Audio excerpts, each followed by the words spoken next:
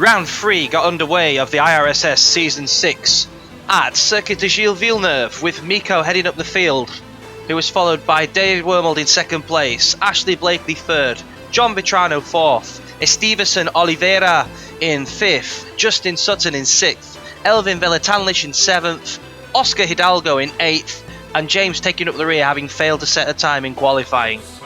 Right from the start, David was pressuring Miko, with John also pressuring Ashley Blakely. At the end of lap 4, entering the final chicane, Ashley got a little bit too hot on the accelerator on the exit and struck the wall of champions, causing damage to the right rear of his car. This enabled John Vitrano to catch right up on him on Ashley, and by lap 5, John had caught him and they were battling for position. On the way down to the hairpin on lap 5, John got around the outside of Ashley but ran deep into the corner, allowing Ashley to retake the position on the exit. However, because of his damage, John didn't actually lose the position and he managed to stay ahead with his extra straight line speed. Trouble is yet to come though, as Oscar Hidalgo, who was already a lap down, was proving very, very tricky to lap. John managing to take the inside and go straight through in the final chicane, but this proved to be more of an obstacle for Ashley. So at the start of lap 6, Ashley had to follow Oscar through turns 1, 2, 3 and 4.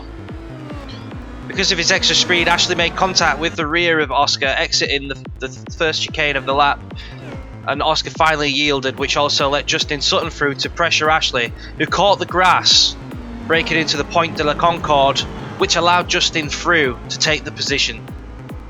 Oscar actually unlapped himself from Ashley and caused yet more problems. And now Esteveson was joining in on the battle. Esteveson getting past Ashley into Le Pingle, the hairpin. At the start of lap 7, Esteveson was still stuck behind Oscar into turn 1, but got a much better exit out of the corner and went up the inside through turn 2. On lap 8 at the hairpin, Ashley, Elvin and James were all very, very close and starting to enter a battle. Ashley's damage seemingly causing straight line speed issues, and Elvin just flew straight past him. James would catch him before the end of the straight 2 and took the inside line going into the first turn. Ashley thought enough was enough with the damage and pitted to repair it, as he felt it was using too much time. Meanwhile, the battle continued on lap 11 between Elvin and James, with Elvin running straight on at the final chicane and getting a slowdown penalty. This allowed James through. Meanwhile, Esteveson and Justin were having a great battle, with Esteveson taking an inside dive lunge at the Pont de Concorde on lap 17. Although Justin managed to hold the inside line through the next turn, Esteveson got a great run coming out of the corner. As they headed down to the next straight, to the next corner, Esteveson did have the inside line and they went in side by side, with Justin running straight on. Meanwhile, John had spun in front of them, and this turned into an excellent three-way battle for the duration of the remainder of the race.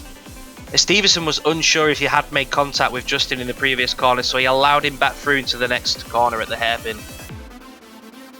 Here's a replay of what happened between Justin and Esteveson.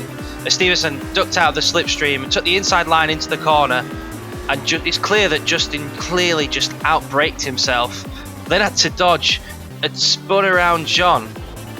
And here it is from John's point of view. Oh, just hit a bump whilst on the traction zone on the exit of the corner, and that meant he had to use reverse to spin his car around. Meanwhile, Esteveson and Justin found their way past. Here's another angle of the incident between Justin and Esteveson, which wasn't an incident. Esteveson, ever the gentleman, allowing the position back just in case. This was the start of what was to be a huge battle for some laps to come, with the three battling out for a large portion of the race. On lap 18, John made a move at the hairpin around the outside of Esteveson, down the inside of Esteveson, and managed to make it stick, although Esteveson did get a great exit from the corner and managed to get a run back on John.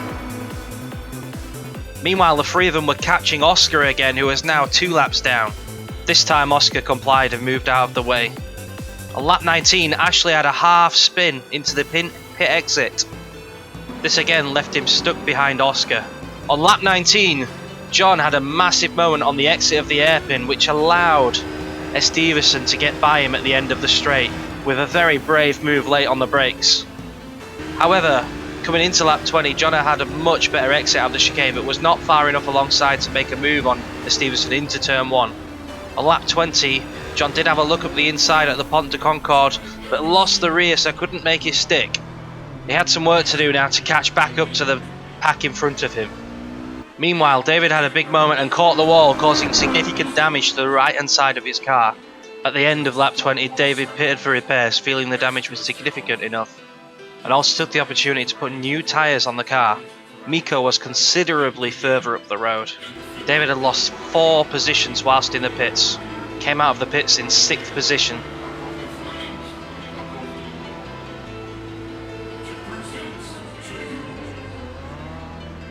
Meanwhile, the battle continued between Justin and Esteveson, with Justin losing it and having a half spin on the exit there, which allowed John past.